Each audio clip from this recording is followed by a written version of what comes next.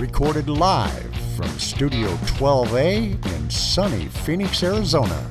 You're listening to the Josh and Friends Podcast. Hey-oh! Thank you for tuning in to the Josh and Friends Podcast. I am your host. My name is Josh. And this week's guest is someone I met way back in college. The year was 1997. And the top movies at the box office that year included Will Smith in Men in Black, Leonardo DiCaprio in Titanic, and the Jurassic Park sequel, The Lost World. And strolling onto campus like the cool side of a pillow was the guy in the USA hat with the classic announcer voice. We had countless classes together and ended up becoming great friends. And he's here today to talk about some of those fun times from over 20 years ago. 20 years! So without further ado, it is my pleasure to welcome to the show the current sports director and on-air personality at 104.3 FM, KMNT, my old buddy, and the former anchor of Newswatch on Channel 2 television, the one and only Mr. Ryan Trotter.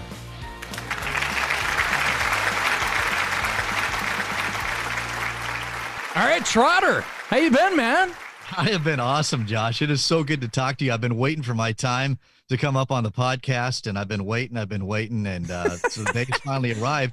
I did not get your list of questions, though, you were going to send me, right? No, that's not how I roll. I don't do that. No. Yeah.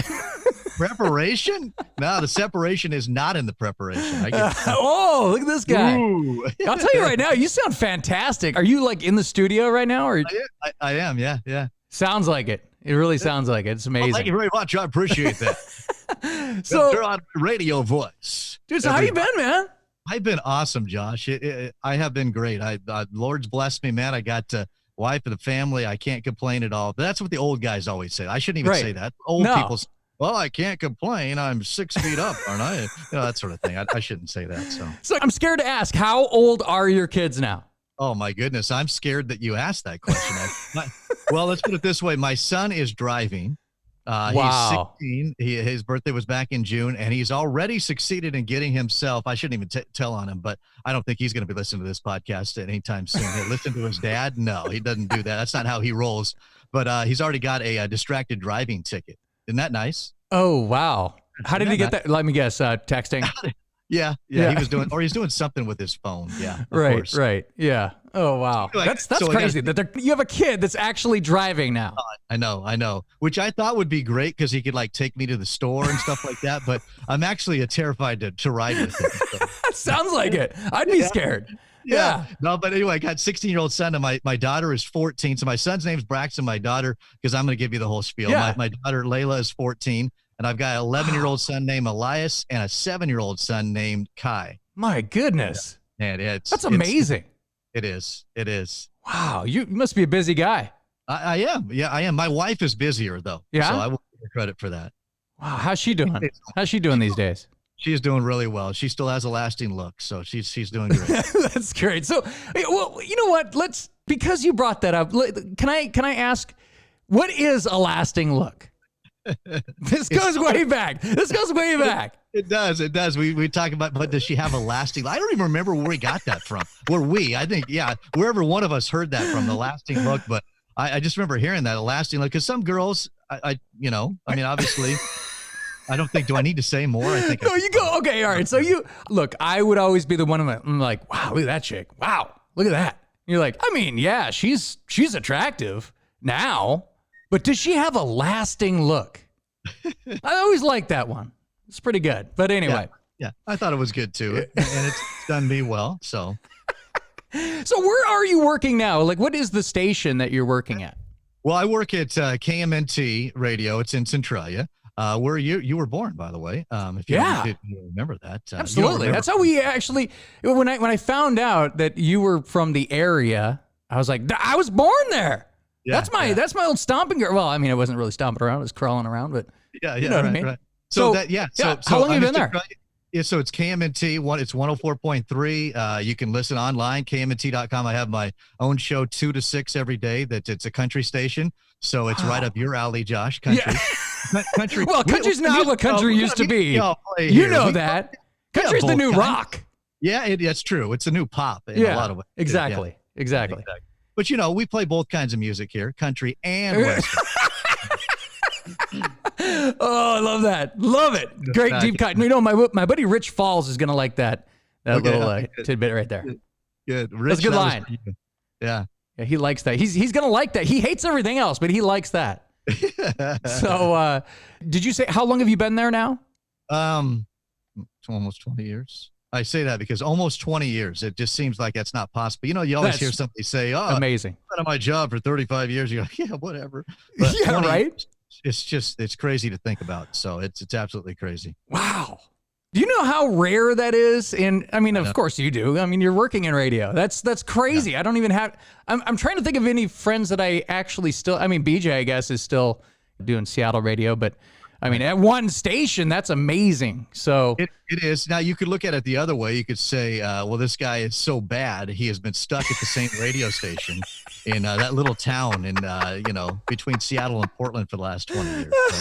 But I like to think I have a big market sound in a little market. Yeah, well, you've always had that voice, man. You've always had that voice. So, hey, speaking of time, let's do a little Huey Lewis and go back in time. Okay. All right, cool. So we both met at Central Washington University. Mm-hmm. Now, did you start off going to community college first?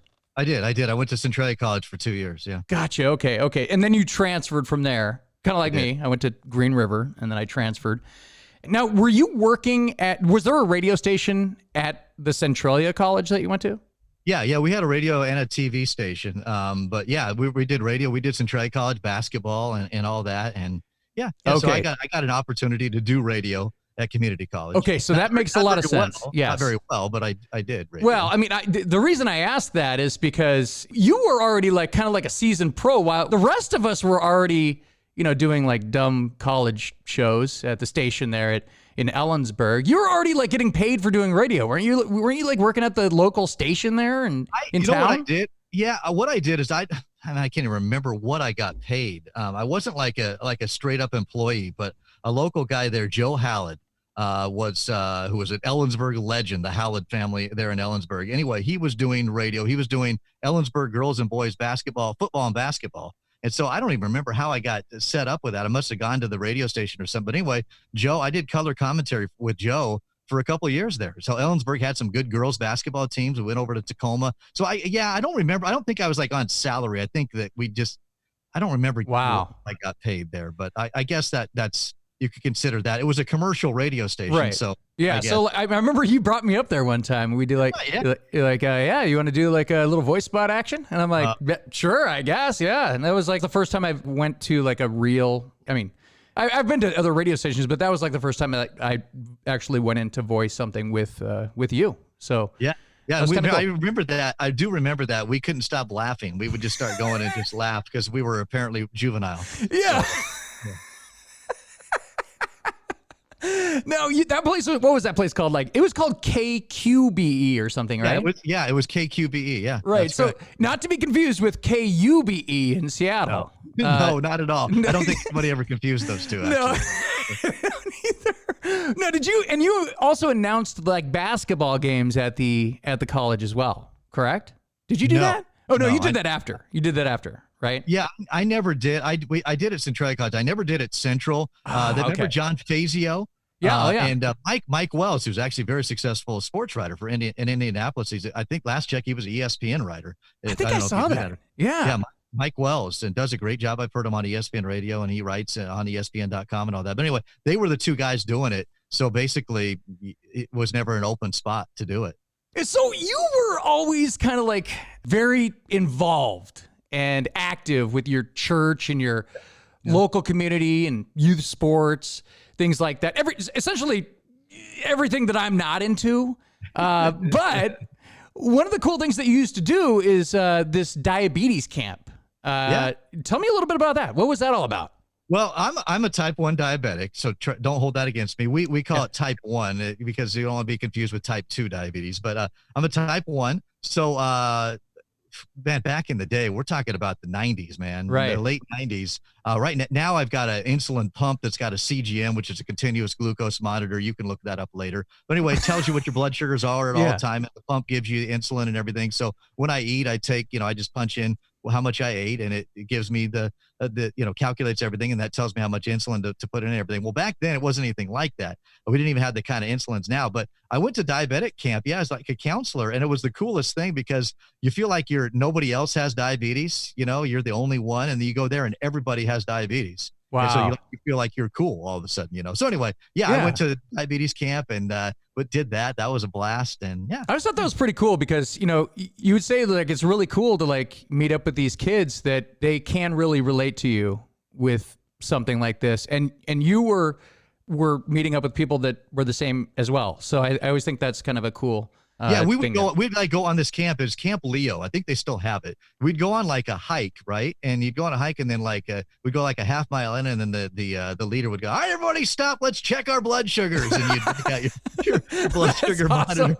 Nowadays they would go, "Everybody, look at your pumps." But back then it was like so that was fun to again to feel like you're everybody's the same. So you're not like trying to hide and, okay, I got to check my blood sugar over here in the corner because I don't want anybody asking questions as to what I'm doing. A funny story on that, one time I was in a car outside my mom's work. She worked for the county. The jail was right there too, the Lewis County jail. And I'm outside and I'm actually getting a needle and I'm getting some insulin out, about ready to take a shot. And all of a sudden I look to my left and there's this mom pushing her baby in a stroller, just kind of looking at me as she walks past like there's a druggie outside of the Lewis County Jail.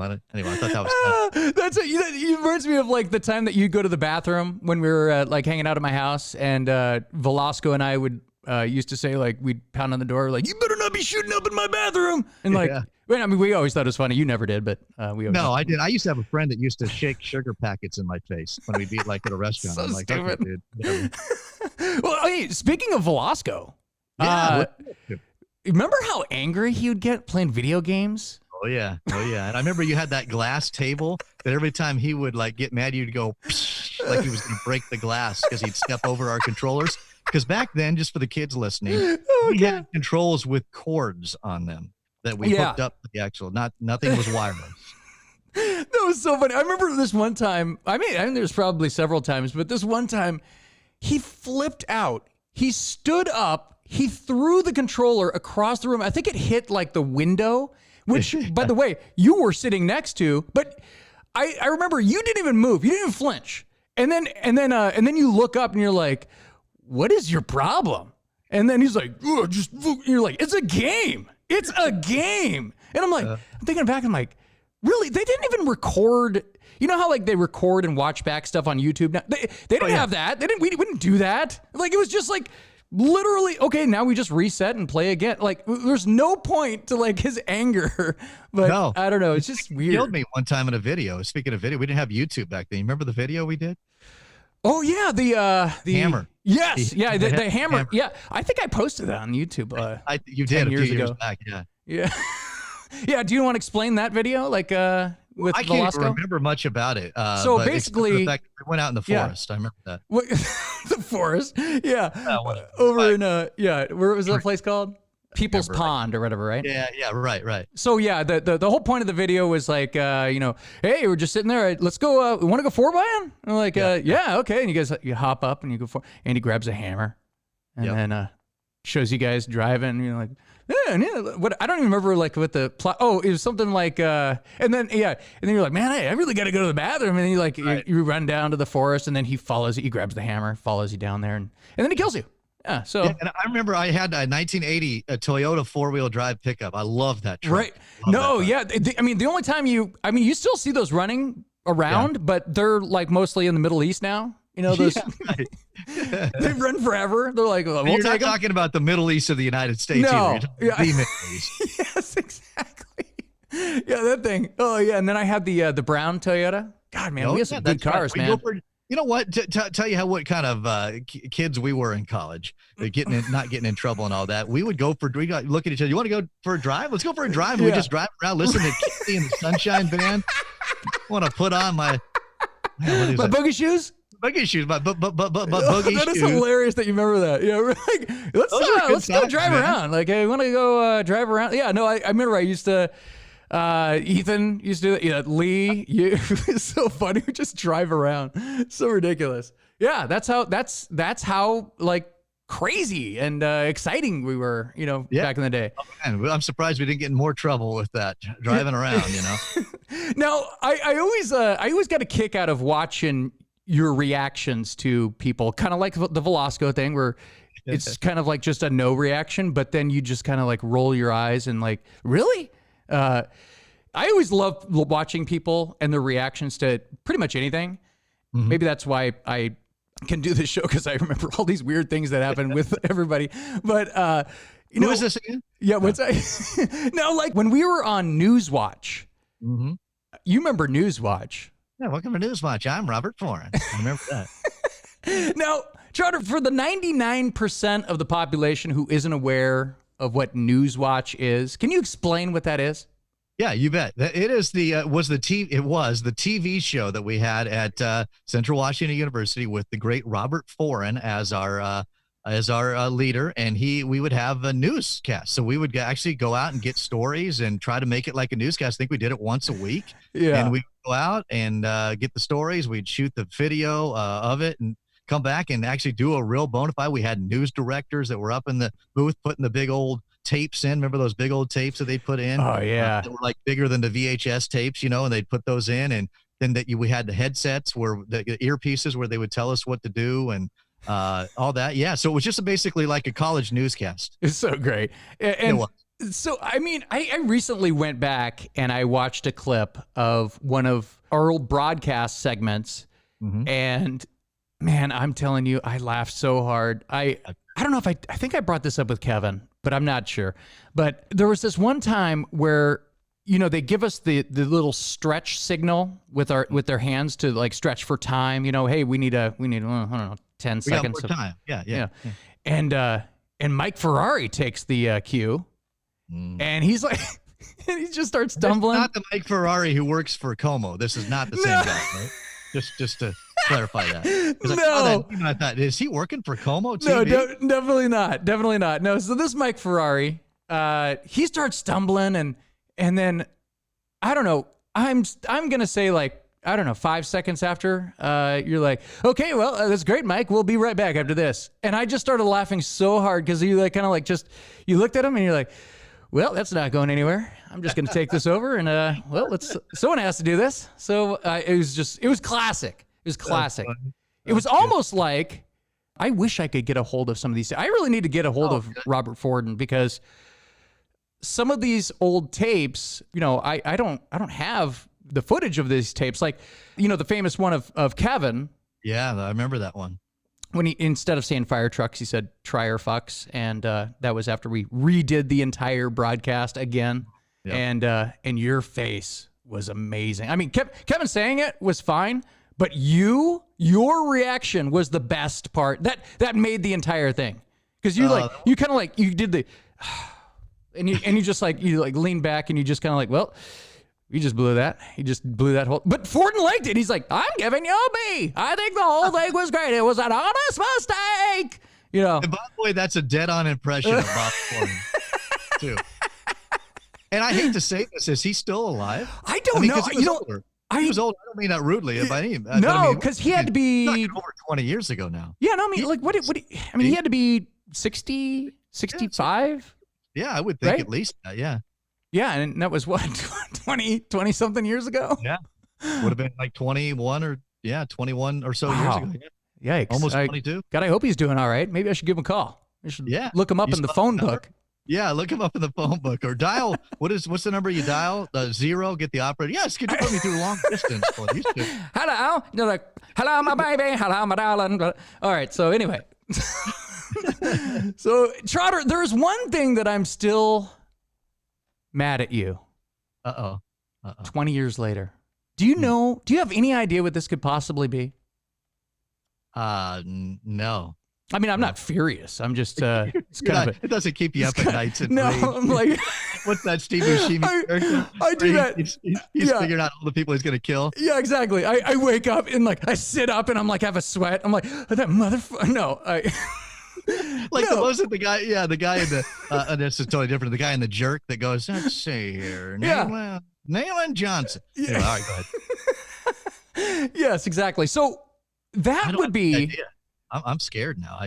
Yeah, well, this would be the infamous John Keister interview. Do you remember that? I do remember John. I can't remember much about the interview, but I do remember John Keister. Oh yeah, well, you wouldn't remember it because you were fine. You had a blast. You were relaxing. You're having a great time. Yeah, no. So let me refresh your memory. So John Keister, for people that don't know who that is, which could be a lot of people, who is John Keister? John Keister was on Almost Live. He was one of the guys that used to air before Saturday Night Live. In fact, a lot of people, that would start, if I remember right, at 11:30, and Saturday Night Live would be taped and start at midnight. Right, exactly. So it was actually a pretty big show. It actually got syndicated towards the end. The high-fiving white guys. Oh, yeah, it was so great. Used to have like all the Soundgarden guys on there and stuff. Yeah. Yeah, I mean, loved John Keister. Loved all those guys on that show. They were great. And we found out that John Keister was going to be coming, well, I think we found out very late that he was going to be doing a show, kind of like I don't know what it was, some sort of speaking engagement at the college. And just to describe him, he's like a bald, funny local legend. He's not balding, he's bald. Yeah. Here's the classic. What's that classic bald where he has the hair around the back and everything? But the comb over. Yeah. But anyway, so we find out that he's here at the college, and you're like, well, we need to go interview him. And I'm like, yeah, all right, let's do it.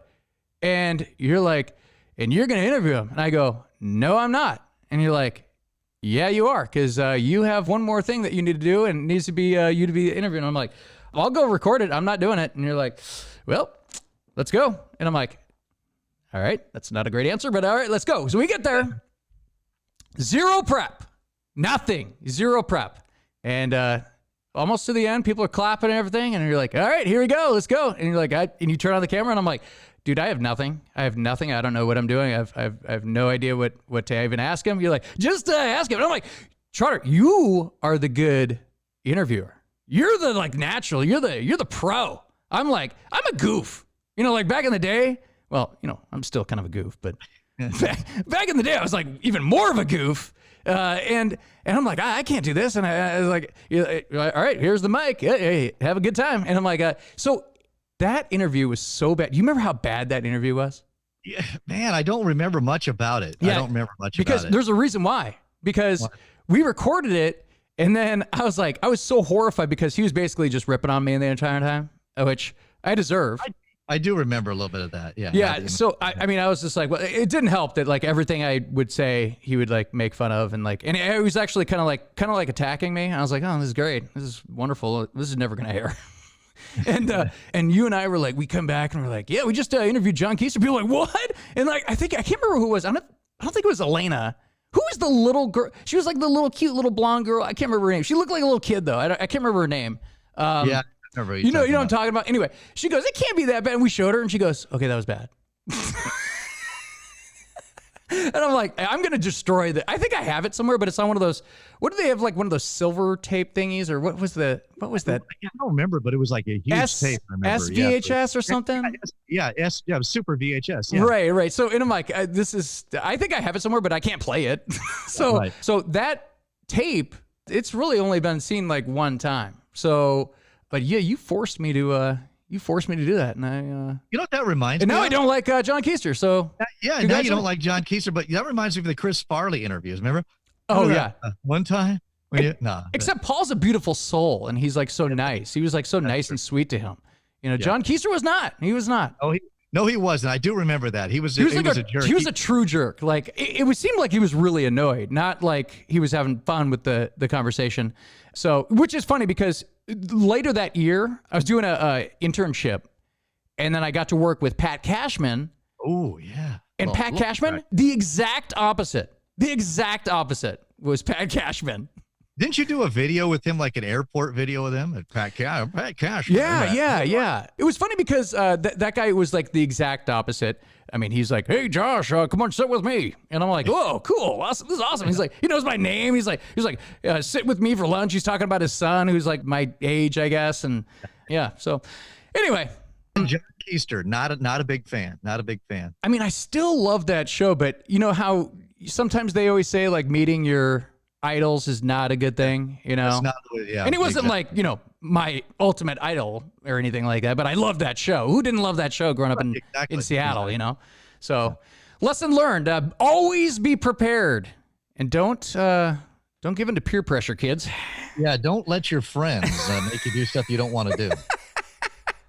Like so, you don't want to be the one that is left swimming and trying to come up with questions. You want them to be that person. Well, especially if it's on video. Yeah. In front of a camera. Oh man, they're so bad. Oh God. I gotta tell you, Josh, you know, one of the things about you and I in college, we were both transfer students. Yeah. And we were in, I think, a class together. Because I remember you were the guy that always wore shorts and anyway, I just remember snowing that, right? outside and I'm wearing shorts. Yeah, it was freezing cold. We didn't know each other at all, but we somehow got together in the early of like the second quarter, so in the new year, and we just clicked as friends. You know how you you get together with somebody, you laugh, and everything they say is funny. You're into the same things. I mean, totally. It was just like, you know, now they would call it the bromance, I guess, is the new way to say it, right? But I mean, we were like instantly clicked as friends, but we weren't friends for like 3 months. Right. Isn't that weird? Like how that works? I always thought of it because I remember those 3 months, I was like so lonely. I had a girlfriend that lived went to Western. So I'd go visit her. And then she got tired of, true story, she got tired of me coming visit her. She's like, why don't you just like stay at Central for a couple of weekends?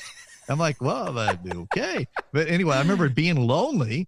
And then we got friends and we became friends and we you know, it was great. And then I went away to school transferred over or student exchange over to Massachusetts for the first quarter of the next year. And then January of 99, we were back, you know, we were back to the band was back. I don't remember that. Yeah. Yeah. I do not even remember that. So you transferred for like a quarter? Yeah. For the fall quarter, I was at Westfield State College in Massachusetts. How dare you leave me like that? I know. Seriously. You left me with Velasco? I'm surprised you're not mad about that. You just got some Keister interview. What a jerk. Yeah. No, but I went away and you don't remember that? No, I'm hurt. But no. But when we got back in, and then it was last few months, and then we have not gotten together for too many years, by the way. But anyway, it's your podcast. Back to where you want to go. No, this is hilarious though. That's exactly how it is though. It's just life, man. Like, but again, that's part of the reason I'm doing this podcast is like to catch up and like preserve these memories that, you know, I mean. And you were at my wedding too. Yes. You should know that. You know what I remember most about your wedding? This is a weird thing to remember, by the way. I don't know if it was your dad or your grandpa. We were like in some back room, like all just kind of hanging out like before the actual ceremony. Yeah. And you had this like mustard, but I'd never seen that kind of mustard before. It wasn't Dijon. It wasn't like regular yellow mustard. It was like that stone ground mustard, you know? Yeah, I do. And I put it like on a sandwich and I took a bite and I was like, holy, I almost spit it out. I was like, whoa, I've never had that before. And then I was like, I like the aftertaste of this. It's good. I like it. And then I had more. And that's what I remember about your wedding. I mean, really? That's not the only thing I remember, but that's stuck with me. That stuck with me. And your beautiful bride and yourself, you know, getting married. And I can't remember your buddy who was, I clicked with your buddy. He was pretty funny. I think he just knocked up his girlfriend or something like that. Yeah, that was Jason Holmes. Yeah, Jason. He was funny, man. Yeah, he's a funny guy. He is. Okay, so you came back to Central, and I missed you. I really missed you a lot. Yeah, you did. Yeah. No, but making those videos were fun, but nothing comes close to the trip that we made. What was that club we were in? That's right. Went to New York City. Yes, man. New York City.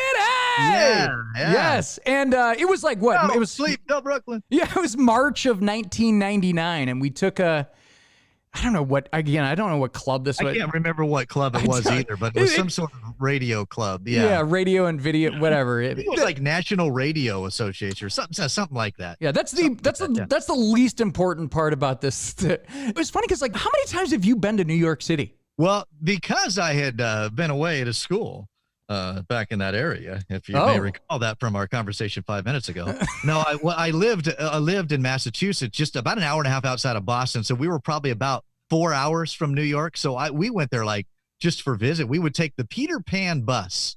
That we had Greyhound on the West Coast, and on the East Coast they had Peter Pan. Well, we'd hop on the bus for a weekend, and we'd go to places like New York. We went to Washington D.C. But anyway, so I've been to New York a few times. Right. Over my time being on the East Coast. Yeah. I remember that because remember how I got those tickets? Because we were like trying to figure out how we could go. And my buddy Franco worked at the airline, and he's like, I can get you guys all tickets for $96 one way there and back. And I go, yeah, let's do that. $198. Let's go. So let's do it. So we did it. But there's a risk to doing that. There is. Because if you're doing that, you might get stuck somewhere. And we did. We got stuck somewhere. We got bumped, right? Yes, we did. And I remember exactly where that was. Oh, yeah. How can you not forget Romulus? Romulus? I don't know why we thought it was so funny back then, but... We did. We were going to Detroit. but the airport in Detroit is actually in Romulus. But the Romulus was like... I always thought that was some kind of cloud. But Romulus cloud. But no, it was actually Romulus. Yeah, no, that was awesome. So we're like, here we are. We're in Romulus, and yeah. But anyway, is that on the way there or is that on the way back? I can't remember. That was on the way back. Oh, it was? Okay. So, yeah. Okay. I don't remember the trip there, but I remember we had to fly standby, and as you said, it was a you never sure what's going to happen, but the price was right. Right, and so we take this trip, and it's essentially across from Giant Stadium in New Jersey. Right. And was that where the convention was too?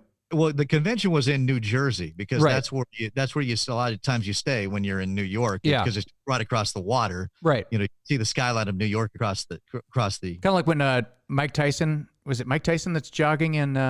Yep, that's right. Yep, and we were riding the bus, and we're like, hey, where's that's like Mike Tyson should be running along there from Punch Out. That's so great. No, but yeah. So and I don't know how long we were there, like 3 days, 4 days, I don't know. But I know that at least one of the days we're ditching out on this conference and we're going to see New York because I don't know when I'm going to be able to get back here. And thank God I did because I got to see the Twin Towers. Yeah. I got to see the Twin Towers. That's true. That's true. I mean, we didn't go in them or anything like that, but no, we didn't. But yeah, we had a great time in New York. That was fun. And it was cool because you were because you had been there like a few times, you were like the tour guide. We should have been paying you. I know. It was crazy. I'm still a little bitter about not getting paid. I know. There could be some checks coming your way.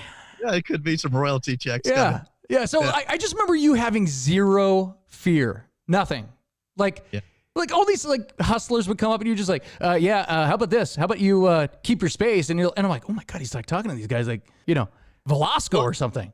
Yeah, and guys would come by. They would have like you see in the old that you see in movies and stuff where the guy opens up his jacket and he's got all these watches in him. Oh, and totally. Stuff, there was trying to sell CDs and shit.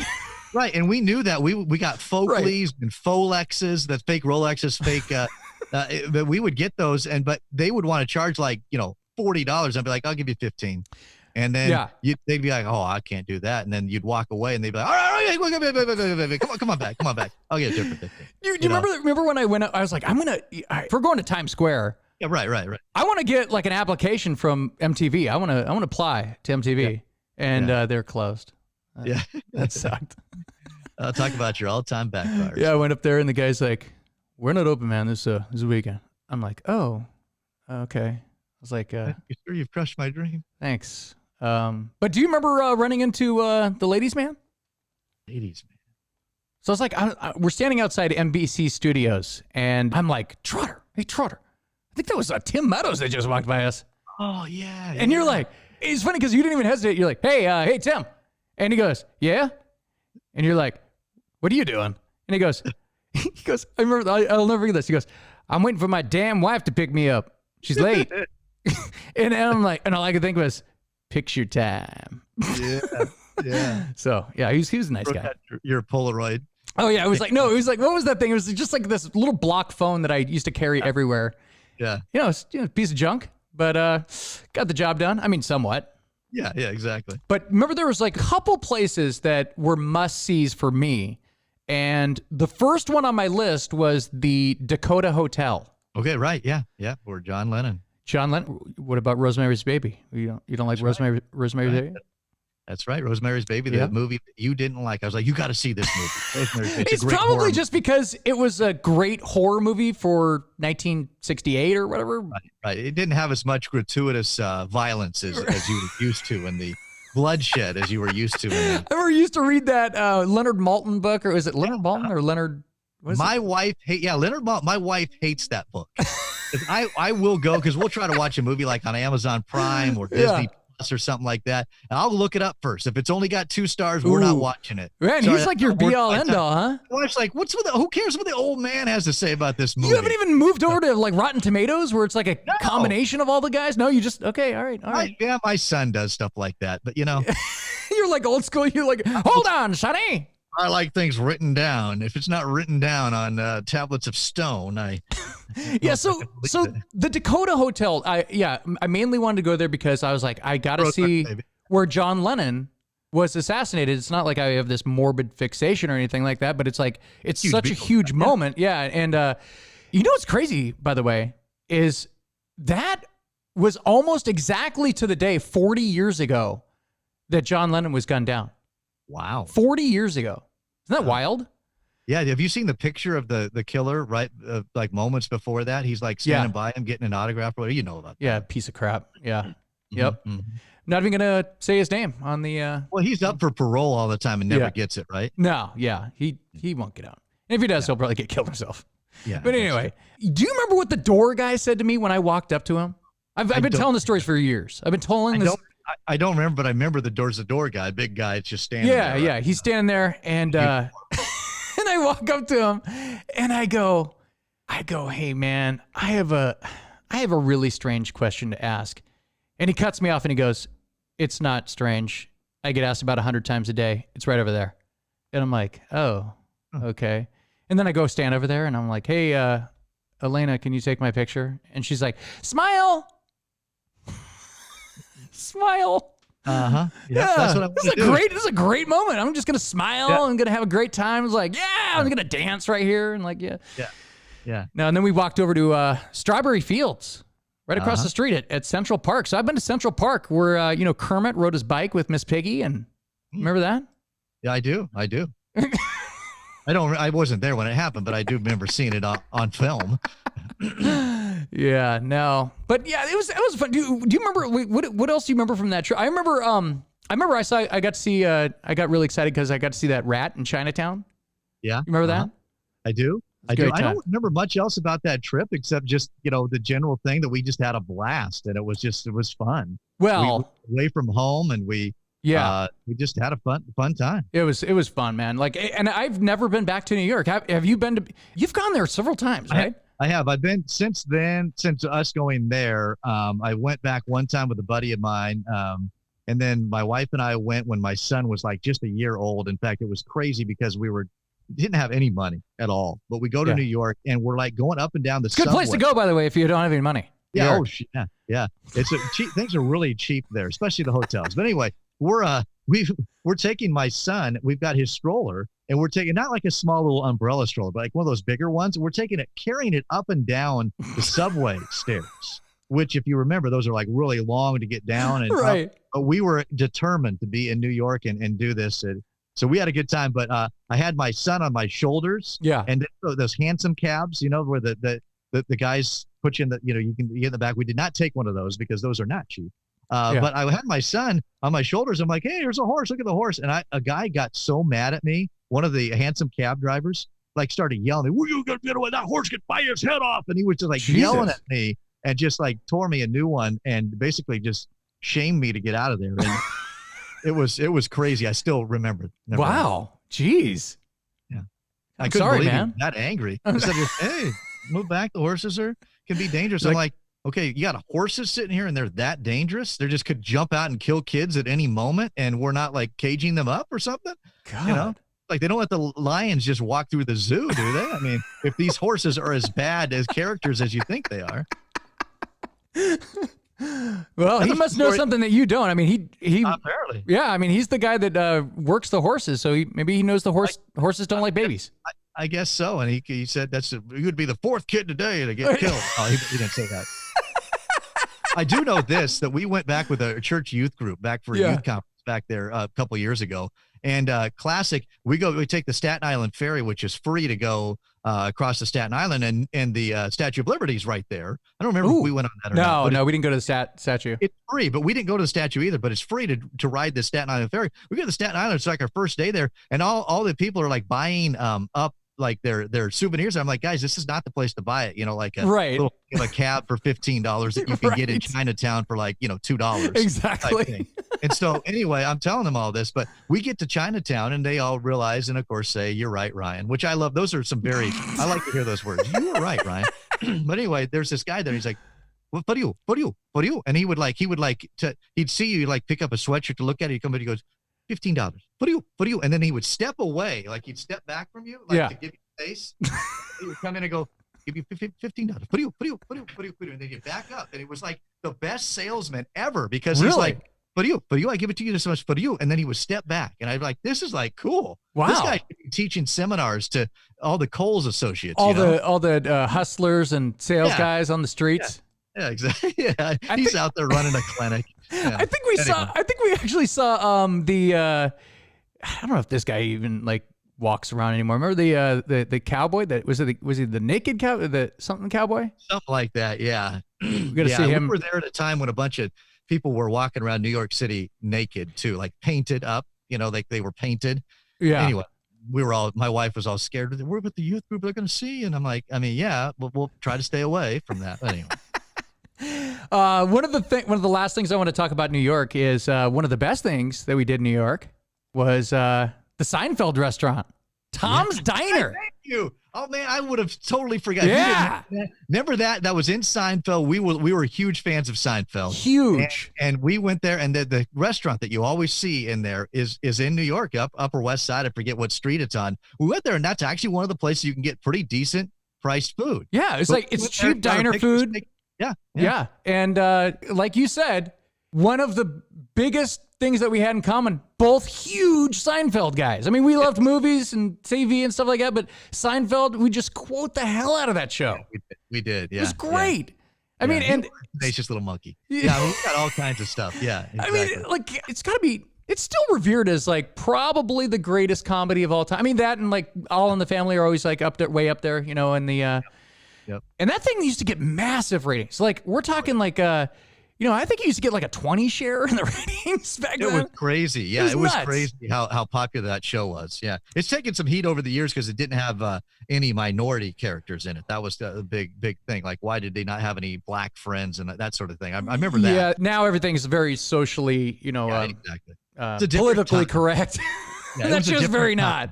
Yeah. Did you ever watch Curb? I think I was like telling you got to watch Curb, man. Because you never really got into Curb. I never did with Larry David. Yeah. Oh God, you got to watch it. Yeah, I never got into that because I'm not a big fan of I'm going to sound like an old guy when I say this, of vulgarity. I just don't like to watch. Oh, vulgarity. It's not overly. But it's got a bunch of F-bombs and stuff like that in. I don't know. I've never watched it because of that, really. I probably would actually love the show. You're right, because I love Seinfeld. Why wouldn't I like that? It's all that type of it's all those type of situations like that. So it's awesome. But he was George Costanza. Right. He's the real George Costanza. The real George Costanza. Yeah.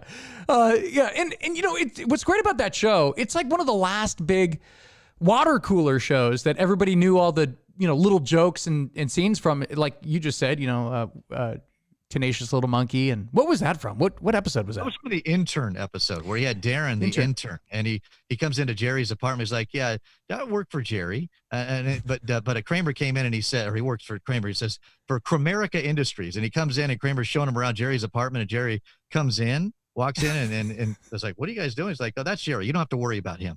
And then he walks out. Yeah. And then he calls up from across the hall and asks, can you meet Kramer for lunch?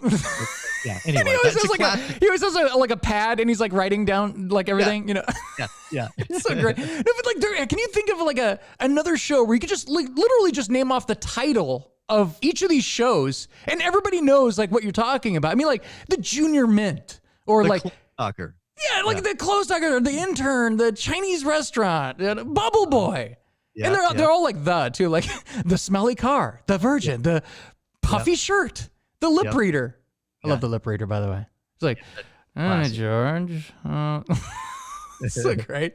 Or like, what was that episode where, oh God, I just remember I was laughing so hard I was like crying. This is like, it had to be like 93, 4-ish. And I was watching with my buddy Mike Zahn, and we were watching this episode where they it was like on the answering machine or something. They were calling, and they're like, I put her on hold, and it was like, he's like, George, I can hear you like talking on the other line, and he's like, oh yeah, they think we're like, you know, he's like, do you think she bought it like we're gay or something like that? I don't know, not that there's anything wrong with that. Yeah, exactly. Yeah. No, yada yada yada, muffin tops. Yeah. Summer of George. Remember the one where George, this is obscure kind of maybe, but Jerry was going to be gone and he was having Elaine pick up his mail and George was like offended that he chose Elaine to pick up his mail. And Jerry's like, all right, here's what I need you to do. I need you to flush my toilets daily because there's a little, I forget what it was, little washer in there that needs to have water every day. And George's like, all right, I'm on it. That's obscure. That is obscure. It was a small funny part. I mean, there's a lot of episodes too. There is. You're right. You know, I always think back, like for some reason, the episode I always remember is Kramer like preparing his salad in the shower and stuff like that. And he served it to people. And they're like, oh, this is like delicious. Where'd you get it? Yeah. So ridiculous. Oh my goodness. Do you remember where you were when you saw the final episode of Seinfeld? I was hoping you would bring that up, actually. You and I were in your dorm room. Yes. And we did not watch it uninterrupted. Let's put it that way. Why don't you tell the story about that? Was that when I had my foreign exchange student roommate? It might have been. But the guy, I don't even know what you call him, but the guy that ran the dorm, like a student that would run the dorm, like, you know, would help you out if you needed help. He was coming around and he came in and basally just tried to talk to us the whole time that the final episode of Seinfeld was on. And we're like, dude, what in the world are you doing? Oh, and I think he expressed to us, he's like, I'm not a big Seinfeld guy. We're like, that's great. That's wonderful. It's another reason for you to leave right now. Yeah, but I remember it was a sunny day. It was May 14th, 1998. I looked that up. It was May 14th, 1998. It was a stormy night, I remember. Light drizzle falling in. No. The sun was shining. Yeah, it was great. What did you think of the last episode? It was odd. Let's put it that way. It was not one of the best episodes by any stretch. They were trying to make it memorable, and I guess it was memorable for maybe the wrong reasons. But they brought everybody back, and they're in court. I didn't hate it. It's not the worst finale I've ever seen. No. And especially because they did that thing at the end before the show where they did the kind of like the greatest kind of moments or whatever. That was fun. The Soup Nazi. Yeah. Love the Soup Nazi. You know what's funny is I've almost dressed up like the Soup Nazi for Halloween. And I'm like, man, I wish I could get people to go along with this. I need an Elaine. I need a Seinfeld. Yeah. What's the little answer machines? Yeah. She's thin. Pick the body and stick with it. Yeah. What was that? That was, what's his name? Doing Seinfeld, right? Yeah. That's Saturday Night Live. Yeah. I love when you do those. And then we got to see, is a fitting end to the era for the 90s.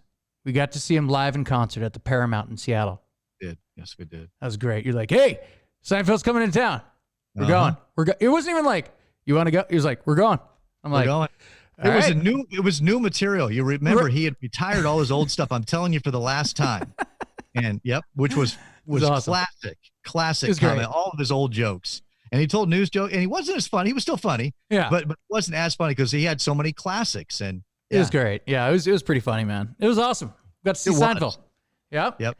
Classic ending to I don't even know if that was the 90s, probably like the early 2000s. I have no idea. It might have been the 2000s, but you follow Super 70s Sports. Do you know who that is? No. Are you on Twitter? at all? I mean, I'm technically on Twitter, but I don't, I think of you every time I read some of his stuff. Oh, really? Yeah. Now he's the guy that gets, as I said earlier, a little on the vulgar side, but it's so funny. Yeah, I know. I'm just warning you ahead of time. I'm trying to watch my language on this episode, by the way. Thank you. I appreciate that. Yeah, you're welcome. But you got to follow, just go to your Twitter account that you may or may not have active. And just put in Super 70s Sports. It's a classic guy. He's got all these kinds of things from the 70s, but you will love this guy. You will be a huge follower. Oh, that's awesome. What's his name again? Just Super 70s. Oh, look, I'm asking, and I'm the one like recording it, and I could like listen back anytime I want. I'm like, it is Super S-U-P. No, not S-O-O-P-E. No, Super 70s Sports. Okay, all right, Super 70s Sports. Yeah, and people get on him for like, because he that wasn't in the 70s, and he gets. Oh, heated. sorry, that was 1981. Exactly. He does some stuff in the mid 80s and stuff like that too. Whoa. His Twitter handle is Super 70s. That's awesome. You'll love it. You'll love it because it's right up you and I alley, the old games and stuff. You know what I found out the other day? I didn't know this, by the way. That famous. Sorry, this might be a little vulgar. That famous chick, the big, breasted gal that's running around the stadium during the All-Star game one year. Do you remember the old footage of that? It's a famous footage of like this fan just runs out onto the field and she's, of course it always makes the reels because she's, sure. Yeah. So anyway, well endowed is the word you're looking for. Right. And that was like 1979, right? Okay. I was at that game. Really? I've just found that out. It was at the 50th All-Star game in Seattle, Washington. And you don't remember that, huh? No, I don't remember it. I don't remember anything. I'm trying to think of the earliest memory. I think the earliest memory I have is Mount St. Helens. Okay, yeah. I don't know. Boy, I remember, I don't remember much about it. Like, I don't remember it happening specifically. I just remember putting on a dusk mask, which is fitting for now, I guess. Remember those dusk Oh, because you guys were really close to that. Yeah, yeah. And we walked out. Like we had a little walkway out of our kitchen down through a walkway outside to where the cars were. And I remember having to put on a mask because of the ash. Wow. That's the only thing I remember about it. Yeah. Yeah, that's wild. Yeah, because I just remember, here's what I remember. I think I was riding my big wheel. Oh, sure. And I was looking down at the end of the street. And at the end of the street, you see this big giant cloud in the sky.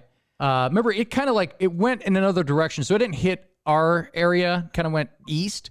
So it hit you guys. I'm sure you guys were like in the thick of it.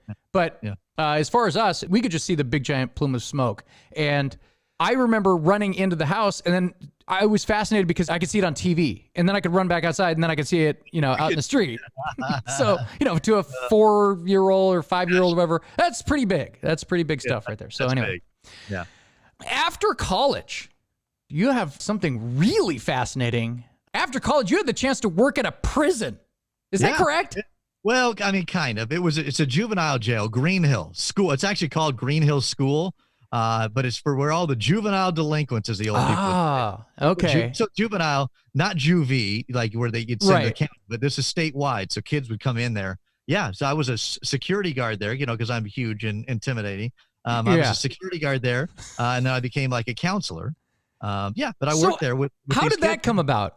I was looking for a job, and it's somebody I knew told me about it. So I went and applied, got hired, and worked there for a couple of years before I got the job here. So wow. Okay. So what were the hours like at that place? I worked a graveyard shift at one point for a couple of months. I worked 6 to 2. I actually had a shift for a while when I was full time there that would work. I had Wednesday or Thursdays and Fridays off, and I would work 2 p.m. to 10 p.m. shifts that would be on Friday, Saturday.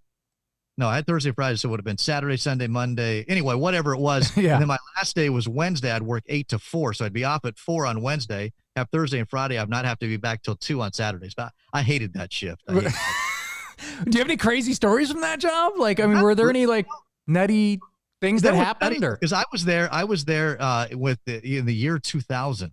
In the year 2000. But the real year 2000, Y2K, and I remember everybody was scared, but I remember at midnight, all the kids in our wing of the juvenile jail there all slammed on their doors, just made a big noise because they were all just that was their big thing. They were going to just make it crazy night. Oh, those crazy kids. Yeah, those crazy kids. And I don't remember if we just kind of let them bang on the doors and said, who cares or what? I don't remember specific, but it wasn't an easy night. I do remember that. Oh, wow. So nothing, no stabbings or anything like that? Or Not really. I mean, there was an ICE unit there that was like a solitary unit. We went there one time on a call where a kid had thrown his poop all over his feces all over his cell. So I remember, like the morgue guys do, where you put that little thing underneath, little stuff underneath your nose so you smell that instead of the bad smell. Yeah, that was probably the worst of it. Guys were scared to come there, so the kids would come there and they would be on suicide watch because they were so scared of Green Hill because it had this reputation as being the place where there was fights all the time. It wasn't that bad, but somebody told me this one time. He says, you're going to get your 2-week paycheck sometimes, or you're going to go, wow, I can't believe I'm getting paid to do this. Because a lot of times in the evening, you'd play cards with the kids in your wing, and it was just relaxed. They had the TV on. It was fun. It could actually be kind of a fun job. And then other times you'd get your 2-week paycheck and you go, this ain't enough, because things were so crazy those 2 weeks. So it was kind of like that. Sometimes it was great. Sometimes it was horrible. I guess not unlike pretty much every job out there. Right. Now, so do you watch those old prison movies and you're like, I used to do that? That reminds me of Cell Block D. Yeah. Pinned him off a couple of times. Have you ever seen that mini series they had called Escape from Dannemora? No, I don't. Oh man, it's good. It was good. I mean, it's messed up, but it's it's like based on a true story of those guys in New York City, or isn't New York City? It was like upstate, and like one of the guys, I don't know if it's like one of the guys or two of the guys, like ended up sleeping with one of the prison guards, the chick, and she helped them break out.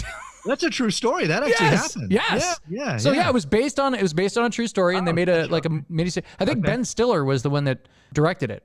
Okay, gotcha. Produced it. But anyway, good miniseries. Check that out if you're into prison stuff. You're into prison movies. Yeah. You're like, this brings me back. As far as prison movies go, that's one of the top ones. Well, the best prison movie of all time. Shawshank. That's correct. Is that with Leonard Maltin, I think so? It's probably like more of a, Clint Eastwood Escape from Alcatraz guy. Yeah, both classics. I would agree. I think Leonard Maltin, I could get the book. Is he still alive?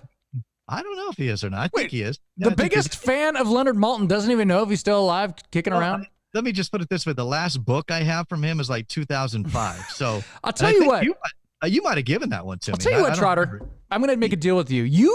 Your homework is to find out if he's still alive, and I'll check out on Forden. I'll check it on our old Professor Borden. And gotcha. We'll do that. Okay. We'll get back together. Yeah. All right. So am I forgetting any fun, interesting stories from the old days? What? Well, probably one with Chinese restaurant, Chinese buffet. You and I love it. Oh! One time you I don't know if we dared you or if you dared us to dare you. I think you dared us. Go ahead, dare me to do this. And you took a whole spoonful of the hot mustard, Chinese hot mustard. Oh, that's good stuff. Yes, it was hot. That was not very good for your No, nostrils. I remember it wasn't a great time afterwards, but it was it was fun. I always like doing the bets, like betting Lee if I could eat more pizza than him. Yeah, right, sure. Not a good bet. Lee's always going to beat me in that one, especially because he's a professional pizza eater, apparently. Well, by the way, your old roommate Lee says hi. Well, tell Lee I said hello as well. I did. Lee is my old roommate. He and Ethan, they lived with me for a while there. Oh yeah, that's right. Good guys, yeah. Wow. Yeah, I love Lee. I did listen to your podcast, him talking about the old Randy Johnson story and the guy that he wouldn't name. Can I name the guy though? Because it was Segui. It was David Segui, I think. Anyway, maybe you'll have to edit that out of this podcast because Lee. Well, Lee's just worried about his arms being broken. I mean, I don't think he cares about your arms being broken, but yeah. I think that's what he actually said. I'll break your arms if you. I said Diego. Was it Diego? No, but Diego was like his dad. I think you nailed it. But I'm not confirming anything here. You're not up on your Segui's first names. I mean, I guess he's probably calmed down, since he's not roiding all the time now. So that could be true. Yeah. I think this is funny that we actually think that he's like listening to the show. Right? Yeah. Well, he Googles his name, and if it makes it in the show notes. Well, guess who's not getting tagged in this week's episode? Lee? Yeah, no, Lee will be. Yeah, Lee's kind of like the regular guest. Maybe I should start adding you to the. Yeah, where does Lee live now, by the way? Lee is in lovely Indiana. Indiana? Yeah, he loves it. Really? No, he doesn't. He hates it. Yeah, no, yeah, really? I was gonna say. So you said that you are doing a country show now. I do. I work at a radio station, so I do a country show 2 to 6 every day, Monday through Friday. KMNT.com. You can check it out. So we do it online. I also am the sports director. So like I go out to all the games, the high school games, and do the play-by-play of those games. Well, at least I used to in a pre-COVID state, and hoping to in February when they started back up. But that's the love. I mean, that's what I love doing, is doing the play-by-play, getting out there to the games, and it's what I enjoy and what I'm good at. So. Well, you're good at it. Now, going back to this country thing here, so do they play all eras of country, or is this like just a hodgepodge of all the... No, we play mainly the new stuff, but we have a flashback every hour, country flashback. We'll play songs from the 80s and 90s, but we still have some other songs that we play, the more popular songs from the 90s. I mean, we're not playing, we're not playing, bop, bop, mow, mow. No, we don't. We'll play the Oak Ridge Boys every once in a while on our flashback song. Yeah. But we're mainly new country, but we play, we try to mix some of it. We say new and true country. So we try to mix some of the classic stuff, especially the 90s country and all that, with the newer stuff, the new popish. So that new stuff, if you heard it and you didn't know it was country, you wouldn't mistake it for a country song. Man, I feel like a woman. Yeah. You play that? You play that? Well, Shania. Got to play Shania. Oh, yeah. We do. We play Shania, yeah. Like we were saying, country is really, it's like the music that is mainstream. Like I think it was like, well, I mean, if you want to really go back to, Garth Brooks kind of like brought it into the mainstream, but after 9/11, it just exploded. I mean, it basically became the most popular music in the country. Yeah, it's still one of the most popular formats. There's no doubt. Sure. Any areas that have, the country. In fact, it's huge. New York City just started back up with a country station about probably 8 to 10 years ago. But yeah, it's still big. It's still big, especially around here in rural areas. It's still big. Are you syndicated like Wolfman Jack? No, but you can listen online. So man, I'm gonna check it out, man. I'm gonna check it out. So it's Pacific Standard Time, and the call letters KMNT, Kevin, Mary, Nancy, Tom, KMNT.com. KMNT, kind of hard to say. It doesn't roll off, KMNT, yeah. So KNMNT? No, it's KMNT. Oh, so WNBC. WN. I feel like I'm saying the same thing as you are. Yeah, exactly. No, but we it's been it's a good job. It's a good job. What we do, it's called voice tracking. Most major stations will do that now, where you actually pre-record. Like you can hear so the joke is you know all the ends of every song, because when you come out of the songs is when you talk. Right. You record those songs, but you hear the end of the song.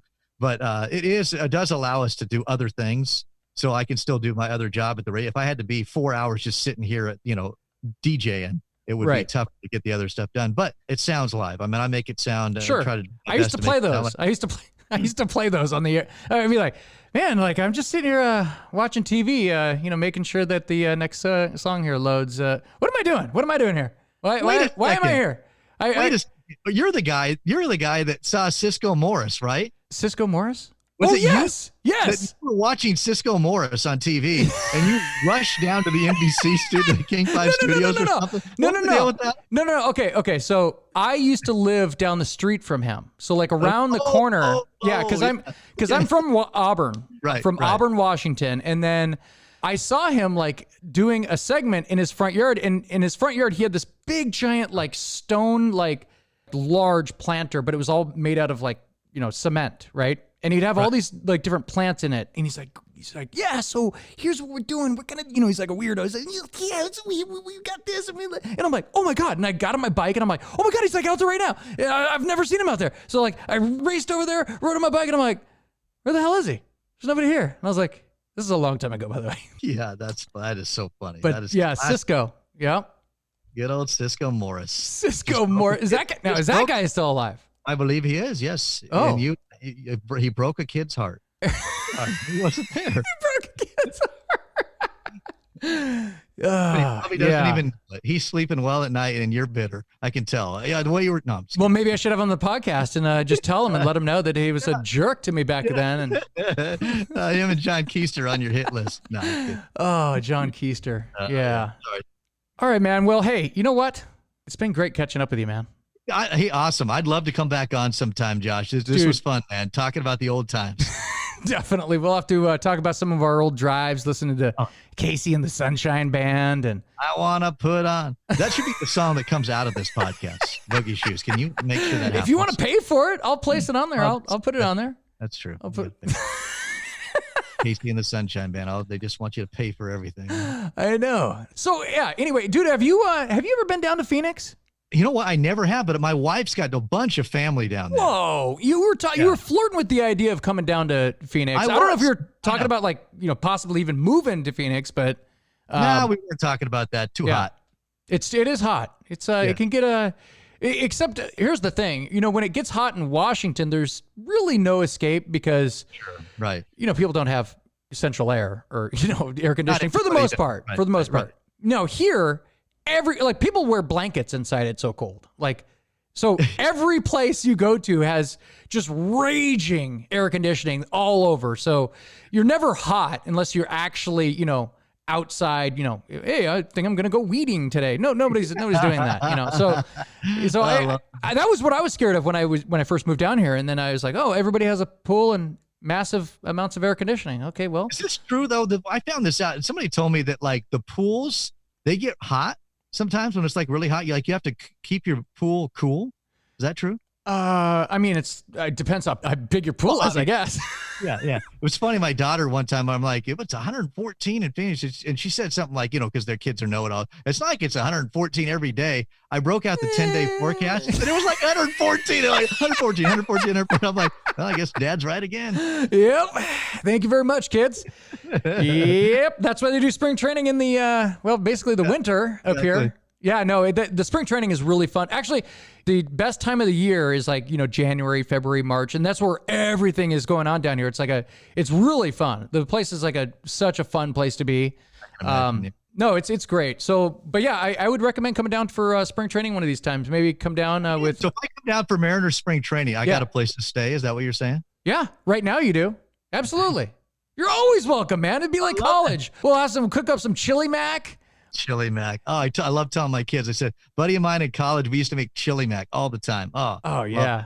Good stuff right there. Remember heading over to the Tunstall dining hall? Oh yeah. We can go over there. Maybe we can meet back at the college and we can go to the Tunstall dining hall and we could both be on the Tunstall diet. Yeah. You know what? Funny story real quick. Yeah. We went to see, you know the comedian Brian Regan? Yep, absolutely. Okay. We went to see, my wife took me up to Central for my birthday. We went over there to watch Brian Regan. I tried to find our old house and stuff. I couldn't find it. What? The city has changed so much. I was lost. I'm like, I think we used to go to class here. No, are you saying? Oh yeah. You know what? Changed so much. It was so weird. Cause I went up to they knocked down the entire building that we used to hang out.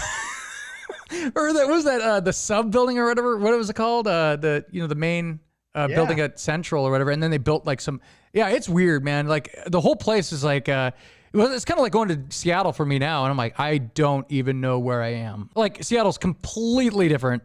I went there, I guess it was last year with my brother. And we're driving downtown. I'm like, dude, I used to drive this road right here every single day. I don't even know where I am anymore. There was that many buildings that came up. And that's the way Central was for me. Weird. It's been about 4 or 5 years ago. Yeah. No, yeah. Did you go into that big new giant building that they had? Yep. It was what is that? They didn't have this when we were here.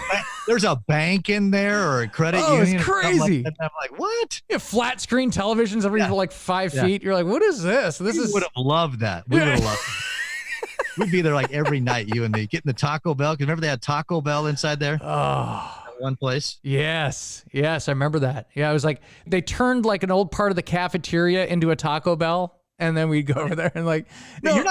You're not editing this. Going to edit this out, are you? No, heck no. Oh, no way, man. This is all going to make the cut here. It's all gonna make a cut. I remember the radio station. The radio station was so bad. You went into the radio station a few times, right? I mean, you'd go in there. A few times, yeah. The radio station, they would not have a bathroom in that place, so you'd have to go outside and then go around into the next the sub or whatever they called it, and then you'd have to go to the bathroom in there. And on the weekends, it was locked. And each week, they would always like, if you have any requests or any suggestions, every week they're like. They pull it out like during the meetings. They're like, okay, whoever keeps writing, excuse my language, whoever keeps writing piss bucket, please stop. Thank you. And like every week I'd write it every week. Yeah. You remember it was a cable station. So terrible. So terrible. They went, I remember they went live like the last month and a half that I was there. Right. I remember that. Yeah. The last month. You remember doing, you remember doing the planting of the trees. Do you remember that? Yeah, vaguely, yeah. What was that called? Arbor Day, right? Arbor Day. I vaguely remember that, yeah. We're out there and we're like, you guys want to plant a tree? And we're like, might as well. Let's plant a tree. Yeah. We should go check on our tree. We planted a tree. We should. Do you remember which one it was? Yeah, it was the third from the left in the center of the back. Yeah. Oh, man. Oh, good times. We could go on forever. This was fun, man. It was awesome. All right, man. Having me on. Yeah. Well, hey, buddy. Seriously, I'm going to have you on again. Maybe I'll have you on again with do a reunion with like you and Lee or you and Velasco. What about that? Oh, that would be awesome. Oh yeah, you and Velasco. It'd be we like could old have times. like, here's a voice from your past. I'm like, Andrew. Yeah. And he's like, I am your father. I could do the intro with like Tecmo Bowl music. Yeah. And then he would have a flashback and start throwing shit. Yeah, and throwing things. And then you could go. With him breaking the sound. He hated that when you did that sound effect for him. Oh, he hated it. He's like, I am not going to do that. And then he'd get up and throw a controller across the room. I'm like, it's pretty accurate. It's pretty accurate, actually. Yeah. So. Love it. All right, buddy. Well, hey, I loved having you on. Let's do it again. Take care. Be well. And we'll talk to you soon. Hey, sounds good, man. Good talking to you, Josh. Thanks a lot, Trotter. Man, all right, see you, dude. All right, man. Bye. Bye. Thank you for tuning in to the Josh and Friends podcast. If you have any questions or comments about today's show, feel free to leave a message in the comment section below. If you enjoy listening to the podcast, please make sure to hit that subscribe button and follow the show. And check out some of the video clips posted on YouTube and Facebook. I'm Josh, and thank you for being a friend.